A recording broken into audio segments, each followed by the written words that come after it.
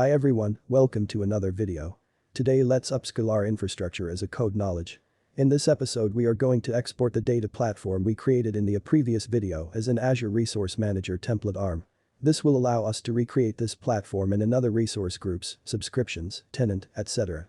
We can also use it for learning or demo purposes, where you just delete all resources after your task is accomplished. We are going to review the parameterization of the templates and simplify it to meet our needs. The generated template is not directly usable, since the export function hardcodes several names and resource settings. First, let's copy the generated JSON into Notepad++ and start explaining all its sections and what we want to change. At the top level we have the schema of the template, the content version, the template parameters, variables and the resources to be created. The parameters section contains the name of the three main resources we deployed: Key Vault, Synapse Workspace and the underlying storage account. The Spark cluster and the SQL pool were created within the Synapse Workspace. Variables are empty. They can be used to combine or manipulate parameters. The first resource on the list is the Azure Key Vault.the name property is parameterized. Later on, we are going to parameterize the location and the SKU name. Since the data vault is empty, other sections like permissions and secrets are empty as well. The next service is the storage account for the Synapse Workspace. The name is parameterized as before. We want to unify the location for every resource later on. The Synapse Workspace is created in this section. Name is parameterized as in the previous resources. The identity is of type system assigned, that is, a managed identity. The default data lake storage is the one also defined previously in this template. The account URL should be parameterized and the file system is using the workspace name. Connectivity endpoints are configured using the workspace name and the subscription. The SQL administrator login should be parameterized.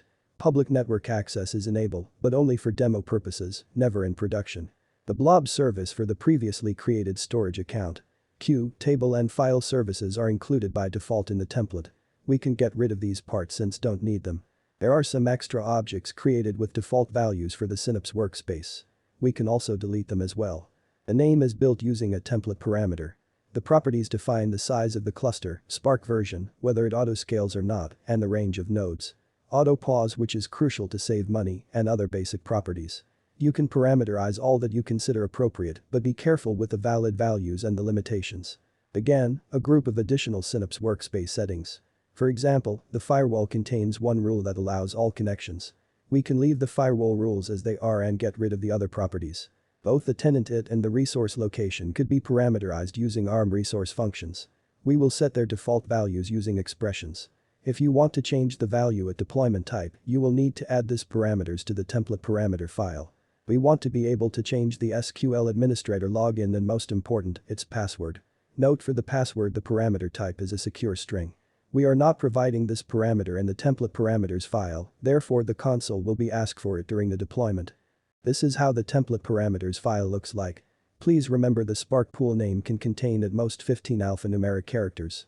Now we have all parameters we need to change the name of the main services and the services created within the Synapse Workspace. Please note the default value for the tenant ID and the location, which are using an ARM expression. No values will be provided from the template parameters file. As explained early, the SQL administrator password is of type secured string. We have created a variable to calculate the URL of the storage account. The services section is simplified and only includes the services we need to provision the platform. Please note how the tenant ID and especially the location is harmonized using the corresponding parameters. Finally, the template parameters file includes only the parameters we want to overwrite. To deploy the template, we are going to use the Azure CLI. From there we can upload the two required files. We need a resource group for the services. Create one. Remember to upload one file at a time.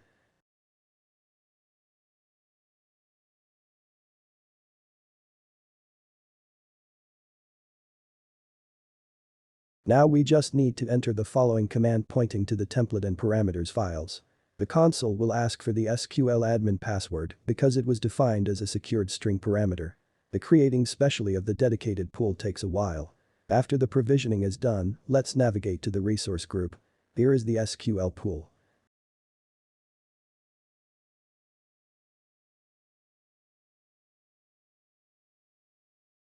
And here are the Synapse Workspace.